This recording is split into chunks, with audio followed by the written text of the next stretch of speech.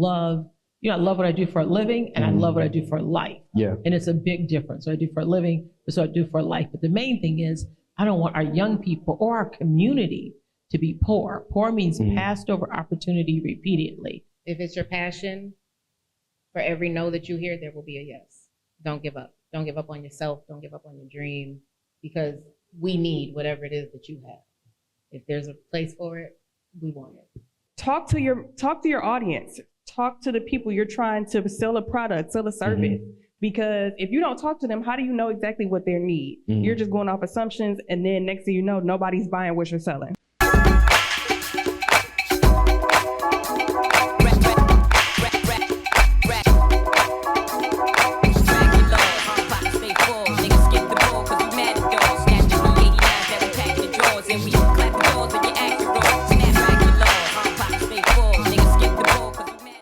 What up, though, Black Friday family? Welcome back to another installment of the Black Fridays podcast. Before we get into today's episode, hit that like button, subscribe, drop a comment, share a video as well. Now, as we get into today's episode, we're continuing our live podcast from the Lip Bar downtown Detroit, and I have a very special guest. This is a repeat guest, somebody that you have seen before on the podcast if you have been following, Miss Gail Perry-Mason. How are you today? I am awesome, and I'm happy to be here today. I love how this podcast is just going all over now. I am so proud of you. Thank you. Thank you. So proud of you. Thank you. I appreciate it so much. And so just to give people a little bit of background, what you do, you have been working in finance for years. And then also you are the founder of Money Matters for Youth, which is a camp that helps children learn about financial literacy, or young people, I should say. Not all of them are children, quote unquote. But just would love to be able to understand where you are with that, and to get because you do this program every summer. So for Money Matters for Youth, what has the summer transpired, and this summer that just recently transpired, what did that look like for the program, and what did you all work with your young folks on this year? So, well, we're going into our 30th year for 2026. So excited to celebrate. Say 30th? 30th year. Wow. Before you were even born. So I've been doing this, but I started in my 20s, but what we did this past year, we did an amazing trip to DC, where our young investors, and that was be our large cap, which means high schoolers, they became change agents. They had to take a bank and they had to collect change and put the change in the bank, and they collectively, they brought their money together and they helped out families in Detroit because of what's going on in our city, what's going on with lack of health care. People are losing health care. People are losing child care. People are not being able to pay for food. So they ended up collecting thousands of dollars to help. So they had a bank that says, be the change you want to see in this world. Then after they did that, they made their change in Detroit. Then we got on the road to DC. We went and met with Supreme Court Justice Ketanji Brown Jackson to talk about change in the Supreme Court and what changes they want to see through their eyes. Then we went on to Congress and Senate. So we went to DC, went to Capitol Hill, and we ended up meeting with Senator Peters. And then we actually went on the floor, and our youth had an opportunity to talk about the change they want to see in DC. And then Juneteenth, we went to Salamander Hotel, which is Black owned. So that was this summer before they went to the New York Stock Exchange earlier. And we rang the bell at the NASDAQ. And then we ended up having our summer money camp, which was the largest, was over 300 young investors, where they learned, they had a financial hopscotch game at Joe Louis Greenway. We had the largest one in the world. And then we also did things from learning from adulting, how to be an adult, and scholarships, and how to give back. And we planted financial gardens in the city of Detroit. Amazing, amazing. I always love that work and being able to expose young people to financial literacy as early as possible to be able to help them as they matriculate through life and go through different lived and learned experiences. And I always love getting your financial tips in terms of how you can make some extra money, get to the bag, because I know your 3 boys and you started them young in terms of investing and learning about stocks and those things. So I want to know, what's the Gail Perry-Mason tips to gain in the bag and then being able to keep and secure the bag? So let me tell you, the reason I try to talk about it is because growing up, I was your age. I didn't have a bag. I didn't know what a bag was. I didn't even know. All I knew was overdraft protection was my line of credit. Yeah. So I knew nothing. So that's why I actually teach our youth. We went on the Secure the Bag tour, which we went to HBCU colleges. So they ended up going to learn how to not only how to secure the bag before they go to college. They learn everything from tips on, how to budget, put a GPS on your money and make sure it's never homeless. They learn how to be an owner of a company versus a consumer. They learn everything from just different tips on how to take pictures and upload them and get paid, how to become a seat filler at a concert. They learned everything, just so many different things, and how to eat and get paid. Going to focusgroups.org, just different things like that. So they learn so many different avenues of income. But the thing is, we make all of our youth get a pillowcase, and they have to write on the pillowcase, how am I making money while I'm sleeping at night? So they have to write that down, what is making money for them? So they're like, I want real estate to make money for me. I want this to make money for me. So they do so many different things, and they become entrepreneurs. So everybody age 8 to 18, they start a business together, and they learn to pay themselves in dividends versus actually exchanging dollars for hours. So we try to give them a different mindset, a mindset that I did not have growing up, a mindset that I didn't know anything about. So I always wanted my children, my 3 children, but now I say my children. That's a lot of children in the city of Detroit. And I say children also, but also young people, because I think if they learn younger, they can actually leave a legacy and empower more people and empower more families. Absolutely. Yes. What would you say is your favorite side hustle / side quest? What's been a favorite thing of yours that you've been able to make money from, or to do, or to put in place that you made money from? You know what? And I'm not going to say a side hustle, because I ended up, I got, with my license and stuff, outside business activities and all this stuff. But my thing that I love doing is people will ask me, oh, Gail, can you come speak? Or I wrote a book. Writing a book is not as difficult as people think it is, especially nowadays. But when I first wrote one, it was. But actually writing a book, your books are selling while you're sleeping. People are buying your books. And I think people should, if they have a purpose, which everybody does, but turn their purpose with their passion and purpose into their payment. And that's what we need to do. I love to cook. If I really had time, I would actually cook. That would be my best side hustle, because I love to cook. But I do think, there's so many things that our youth can do, and that's why we teach them. And I'm so glad you had Sean on here, because we teach them entrepreneurship skills. And Sean came and talked to them about entrepreneurship skills. So it's perfect, a great segue but teaching them how to turn their passion into payment. Everybody has a passion. So, mine is just so many different things. I think because I was adopted and in foster care. So I'm half Jamaican. So that means I got 10 jobs. So I know. So I'm I work. Are you really, or are you just saying that? No, I'm really. Oh, you really are half, okay, I found out later on in life that, I'm half Jamaican. So that's why I work so many jobs. So, no, honestly, that is the truth. That is the truth for hell. It's literally in your blood. It's in my blood. So yes, I'm always okay, I can do this. I can help somebody do this. So I'm always, thinking like you. For example, this is your passion. It's been your passion. This is it. And so I love to see you in your passion. I love to see you, when it comes to in the magazines, Our Magazine, Black Tech Saturday. You're doing your passion right now. And that's what, it's not about the money will follow if you do your passion. And that's what I try to teach our youth, that the money will eventually follow. I love what I do for a living, and I love what I do for life. And it's a big difference. What I do for a living is what I do for life. But the main thing is, I don't want our young people or our community to be poor. Poor means passed over opportunity repeatedly. But because of podcasts like yours, you always give people opportunities.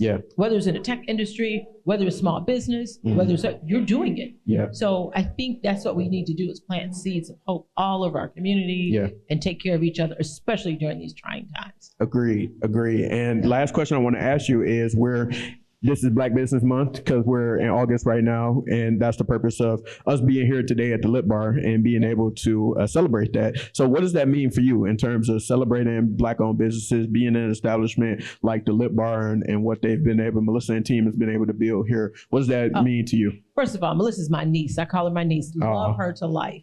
So Melissa ended up I was on her Lip Bar bus. Mhm. You know, we were driving through the city of Detroit, and I was like, "Can you give me a ride home?" She drove me home in that bus. That was I love before Melissa had Lip Bar, before she got in Target, before she did anything. So, and then I also work with Detroit Development Fund. I'm on the board of there. So she actually, we worked with her and all the businesses in Detroit. But the one thing we did this summer, which was so powerful or empowering for our youth and for the small businesses, we selected like 12 businesses in the city of Detroit, mostly all African-American owned, whether it was a barbershop, Shops on Top, Jabs Gym, just different, a whole bunch of Hot Sam's. We went Carla Walker Miller. We went to electric companies, we went to so many different companies. And our youth did a merger and acquisition with Black-owned businesses. So when they went into Black-owned businesses, they researched them all week long. And they went in there and said, we're going to do a business in the Black plan for you.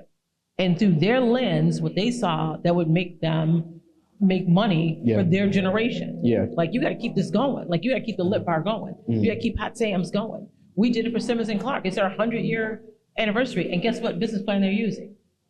The one from the students. The ones from our students. Yeah. So you look at it as we are, they learn from doing they know what a merger and acquisition is, number one.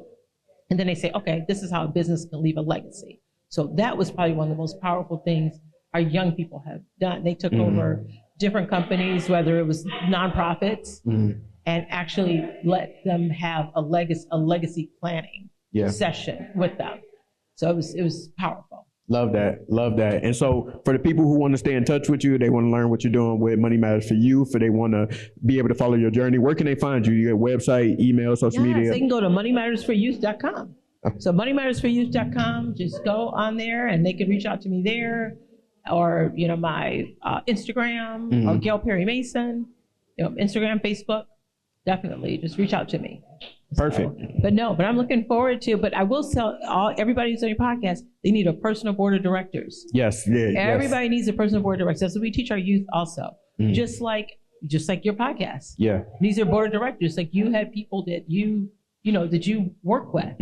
And so I just think we can't make it in this world we can't do it on our own. Yeah. So people could become entrepreneurs, people do different things. You need, people to look up to and people to work with you. Yeah. Yeah, that's on your team. So absolutely. Well, Ms. Gail, thank you so much for joining the podcast again, and thank you for being a pillar of support for so many different communities and people in the city of Detroit. You probably don't know the level of impact that you have on so many different communities and people, but it definitely is felt, and it's very important. So we thank you. No, it's a blessing for all of us to support one another. We are stronger together. Yes, that's it. That's it. Thank you. I love you. I'm so proud. Love you too. We are continuing our conversations here at the Lip Bar for Black Business Month and celebrating the essence of that. And I'm here with Miss Erica Banks of Bankable Marketing. How you doing today? I'm good. How are you? Doing pretty good. So when you came into the store today, did you know you was going to be on a podcast? I somewhat knew. Okay. Jamila called me and said, hey, we've got a podcast going on down at the Lip Bar, and anytime Jamila calls you and asks you to do something, you do it. Yeah. So I'm glad that she called me, and I'm glad to be here. Love the Lip Bar. So it's an amazing time to be here. Very dope. So can you tell us about Bankable Marketing? Tell us about what services that you provide, and then also how you came to create your own marketing agency. Sure. So Bankable Marketing Strategists is a full service marketing communications PR firm. It is actually my mother and I. Okay. So shout out Sharon Banks. She started Bankable Marketing back in 2009. I joined the agency in 2010, and we have been rolling ever since. I'm celebrating my 16th anniversary, 15, 16 years. Congrats. So we do everything from PR to marketing to events, crisis management. I feel like I'm forgetting something, but it's communications as a whole. We, under that umbrella of MARCOM, that is us. Yes. And is that your overall professional background, or is this something that you found a passion for later on in life in terms of marketing as a whole? So this actually came to me later in life. I went to Eastern Michigan University, shout out EMU, and I went to be a teacher, actually. Nice. And then I was blessed with my daughter and needed to make a career change because unfortunately teachers are not paid what they should be. Right. So I cut my teeth at one of Ford Motor Company's marketing agencies and literally fell in love. And from there, I bounced from agency to agency. And then my mom started the agency, and light bulb went off and she said, you should come join the family business. And I have been there ever since. Very nice. And what is it like for you, in the essence of Black Business Month and being in the city of Detroit? What is it like for you, or has been like for you, being in business for 16 years, being a business owner in the Detroit area? It's been amazing. Honestly, all of our clients, thank God, have been word of mouth. So we have worked with the Wayne County Treasurer's Office, the Aretha Franklin Amphitheater. We have the Detroit Jazz Festival as a client. So if you're out and about in Detroit, come on down, Labor Day weekend. But it has been amazing working in the family business. I have learned so much from my mother in this space. We have an amazing team. We have an amazing time. And to still be a Black, female-owned business thriving in the city of Detroit, I think it speaks volumes to how the city and Metro Detroit just uplifts small businesses. That's right. Say it one more time. Black, female owned. Black, female, family-owned business in the city of Detroit. It is phenomenal. There we Still go. Be here. There we go. That's what it's all about. And in terms of marketing, I want to see if I can lean on some of your expertise real quick. Working with the different, because you had mentioned some of the projects that you had and clients that you work with. How can small business owners be better marketers? Like, in my experience, these are some of the things that I feel like are either overlooked or undervalued when it comes to, especially for small businesses, because the easy thing to say, I don't have budget for, I don't have time for, I just need to do the thing. But at the end of the day, that's directly tied to your sales and how you make money and let people know about your business and get opportunities. So I want to know, do you have any strategies that you would tell people to implement when they are small business owners that will help them be better marketers? I think networking is key. I think getting out there, meeting people, you are your own brand, so you have to sell yourself. One thing that I'm big on with my clients is it's not so much what you say about you, it's what other people say about you. So if you are proud of what you have, your product, your service, whatever your offering is, the way that social media is right now, you can create your own ads, you can create your own content and sell yourself. Get out and network, whether it's a small business opportunity, whether it's, I know the DEGC is always putting on events, but you have to be out there. Amazon is not going to deliver those clients to you. Right. So get out, brand yourself, promote yourself, and it's not an easy turnkey. It's going to happen tomorrow, but if it's your passion and you love it, it won't feel like work. And once people start talking again, it's not what you say about yourself, it's what other people say about you. So just make sure that what they're saying is what you want them to say. Yeah, for sure. For other people who are in the marketing space, or let's say creative in that arena, do you have any advice or lived experiences as to how they can get to the bag? Like, how do I get a client like the Aretha Franklin Amphitheater to pay me money to do services? Like, how do you make those things happen? Again, I think it's about how you're marketing yourself. If you're a CEO, you can do a day in the life of a CEO, just so we know what it looks like, what it is that you're doing, how your day looks. I don't know that there is one right answer to get to the bag, because every client is different. But for us, for Bankable, a lot of what has been delivered to us in terms of clients, again, has been what other people have said. So whatever it is you're doing, whether you're selling lip products or you're selling your services, put yourselves in positions where people start to know and pay attention to who you are, what it is that you're offering. And then eventually someone will say, hey, I remember so-and-so from this event. I remember this podcast and I saw them there. And then people will start to reach out, and that's how you just build the momentum. Yeah. In my opinion. Yeah, no, Yeah. for sure. For sure. And so I got to introduce you now to my favorite part of Black Fridays, which is Freestyle Fridays. So yeah, all my guests got a freestyle. So whatever bars you got, whatever. You can't be serious. Why not? Why not? Did not tell me anything about this. That's part of the surprise. you stay ready, you ain't got to get ready, you know. Oh, well, I am not ready to no, this is... It's all good. It's actually just a random assortment of questions, rapid fire questions Okay, that I ask my guests. All right. So in the last year, do you have any marketing campaigns that stood out to you that were done by other people? Or just recent memory in general. It doesn't have to be last year. You know whose campaign I really recently fell in love with is, no shade to the Lip Bar, I love you guys, but the NYX Cosmetics that they just did with Nick and Alandria from Love Island. They're gonna kick us out of here. You better say Lip Bar. So sorry. Yeah. I'm so sorry, but that's the one. Yeah, I understand. Dropped, I think yeah. 2 days ago. Yeah. I love how brands are now connecting with, I guess we can call them influencers, but not necessarily celebrities, but folks that we would trust to say, okay, you're not necessarily who I would think to be associated with this brand, but because I trust you, I'm going to check out this brand. I do know that the Lip Bar engaged Coco, who I love. So shout out to Lip Bar and Coco. Yes. But that's most recent, the one that I can think of at the top of my head. Very dope. Okay. And what do you have in rotation right now? What you listening to? So I just listened to Nada's new CD. Anthony Ramos. I'm listening to him. I'm a huge Kehlani fan. Okay. And then at the gym, as of late, I'm DJ Khaled. Okay.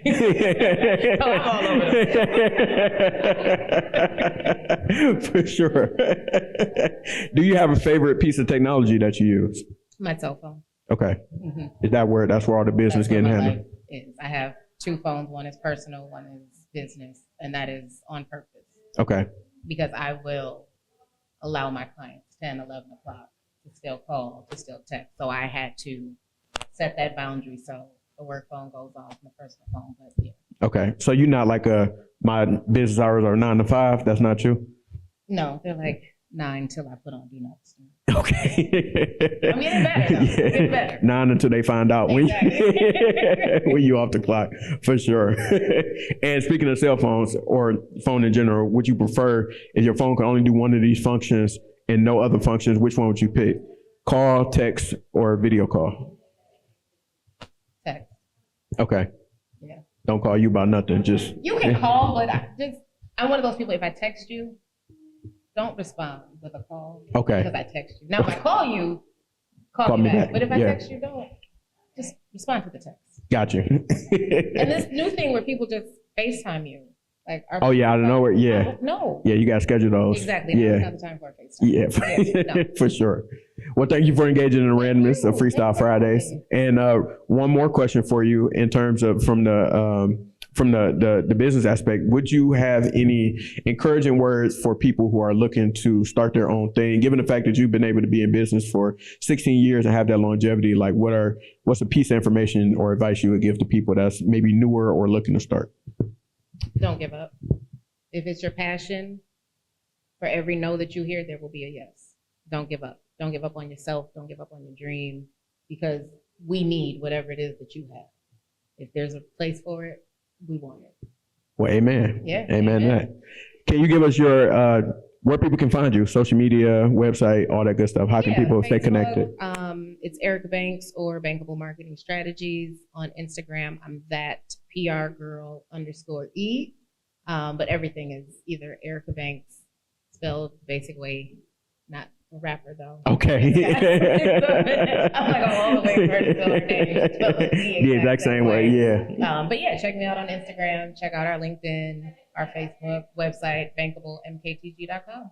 Perfect. Well, Erica, thank you for joining us on the podcast today and helping us celebrate Black Business Month at the Lip Bar. We appreciate it. Absolutely. Thank you. Right now, I am joined by Miss Germaine of Pentsil Consulting. How are you today? I'm good. How are you? I'm doing great. And you look familiar. I think you might have been on the podcast before. Yes, and I think you've been on mine as well. Yeah, so yeah, you know. It's like, merging of the worlds. Yeah, just two Black people podcasting. Yeah. So it's good to see you in this space. And obviously we are celebrating Black Business Month at the Lip Bar. So I want to know, what does Black Business Month mean for you? So I would say Black Business Month for me is multifaceted, because of course having my own business, learning and growing from other Black business owners, cross networking and sharing resources and space, observing and taking in lessons and then pouring in that support. I think as much as you can, you should support Black businesses, not just for a month, but 365. Yeah, absolutely. And tell us a little bit about your Black-owned business. Sure. So one of my businesses, I own Pentsil Consulting. I have a PhD in industrial and organizational psychology, which is business psychology. And I work with small business owners, nonprofits, entrepreneurs, and help them develop in ways of organizational development, project management, and grant writing. Yeah, very nice. And so you actually have studied, you have get me right, you got a PhD in psychology? Yes, so my PhD is in industrial and organizational psychology with a specialization in consulting psychology. Yes, and so when it comes to the psychology of business, that's what I want to ask you about and see if you could dig deeper into that, because as an entrepreneur yourself and then also working with different business owners and consulting them, I'm sure you get a chance to see things from both sides of the coin, literally. So if you could just talk to us about what is your understanding when it comes to the psychology of business or some of the things that you have discovered in being business or working with other people on theirs. Yeah, so I think when people hear psychology, they automatically assume like, the white couch, you lay out, you tell somebody your problems. And from a certain perspective or aspect, IO psychology is similar to that, just for businesses and organizations. Like, we go in to help businesses and founders and owners diagnose their problems or challenges that they're facing with their workforce. And when we talk about what those problems are, it's more so, we look at behaviors, trends, and patterns, why people are reacting in certain ways, why are certain things not working, because sometimes people just throw solutions at things, not really digging into the root of what's happening. And when you dig into the root, you oftentimes find out, okay, this solution isn't working because what I'm trying to apply isn't really the actual problem. And even with small businesses, nonprofits, they go through the same challenges that large businesses go through, but they don't necessarily have the resources to diagnose and break those things down. So IO psychology is really digging into the root of the workforce. Why, what those trends are, what's future state, what could potentially happen based on how people are behaving, and especially like the environment, how that's impacting the workforce too. And I saw a post not too long ago or yesterday, I think it was like TikTok or something. Somebody basically was saying that people don't, like, your trauma from work or your trauma in life doesn't just disappear when you go to work. And some people feel like they can split their time or personalities between the two. Is that something that you see a lot in the work that you do and things that you've researched and done? Well, I think, pop culture and society has definitely influenced that perspective, because we look at like the show Severance, for example. It talks about how people have literally separated themselves from their personal life and their work life. And I think as the workforce was developing and evolving into what we know now, there was this big idea of work-life balance, and everyone wanted to be, have that completely separate. And I think in some professions, yes, you can separate your personal from your work, but oftentimes a lot of what we find is that people carry their personal life into work, and they build, interpersonal relationships with their coworkers. You tell your coworkers your business, you involve them in your family gatherings, and sometimes people bring work home. And they bring that stress and that frustration and that tension. And it can often lead to either a toxic home environment or a toxic work environment, because people aren't taking the time to really process what's happening and how they can truly blend and work cohesively within themselves and within the work environment, successfully. And I'm of the school of thinking that, sometimes people run into, or a lot of situations, people run into bad managers or bad management, whether it come from like your direct manager or the top down. I think that people in certain organizations or whatever, and obviously they could create their own rules and policies, but I think that some people need to be, if you don't manage people, you need to be willing to go to therapy or seek some type of counseling. Absolutely. While you're doing that, because some people like that trauma, that stuff that baggage you be having at home, and you bringing that and you projecting that on other people, that's not okay. Well, and I think oftentimes a lot of people aren't prepared for the leadership roles that they're thrust into or placed into. It's sometimes they're placed into that role out of convenience or necessity because there's no one else able to do the job. Or we see managers and supervisors or, people in leadership roles who other people are afraid to address. Like, this person is causing havoc in the workplace, and people have become so terrified of talking to this person and giving feedback that it's just created this negative environment for everyone. And we talk about how generationally we see the different generations in the workplace, right? You have Gen Z, you have millennials, you have Gen X, you have boomers, and everybody has a different communication style. Everybody has a different leadership style. And sometimes it can be overwhelming because one person may want to email, one person may want you to pick up the phone, one person may want you, to have a team meeting, and one person is just not even responding at all. And as a leader, you're supposed to take charge over all of these different people and successfully get them to work together. How do you do that? And I think that what a lot of people don't realize is that, yes, it can be a challenge, but talking to the people around you, talking to other leaders, allows you to learn and grow. And also looking at the history, what has been done in the past that hasn't worked. If some of it worked and some of it didn't, how can we evolve and, morph this into something that may be successful or may be positive? Yeah, for sure. What are some trends that you're seeing from the psychology standpoint of business that you like or that you see is going in a positive direction? So I think one of the things I like is that we're coming away from the pandemic from a work perspective where, a lot of people were in a remote setting. And initially we saw these big corporations trying to force people back to work. Nope, COVID's gone, everybody has to come back.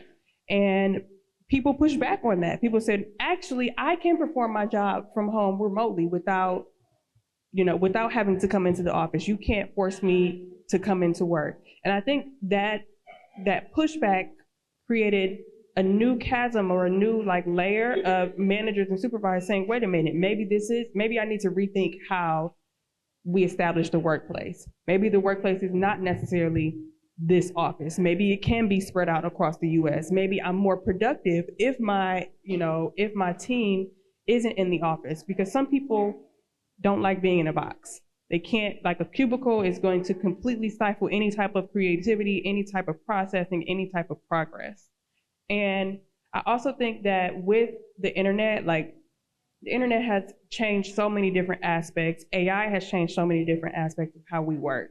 But I also think it's created more communication, and people are talking more about how they can be more innovative and how they can challenge themselves to create a better product, create a better service.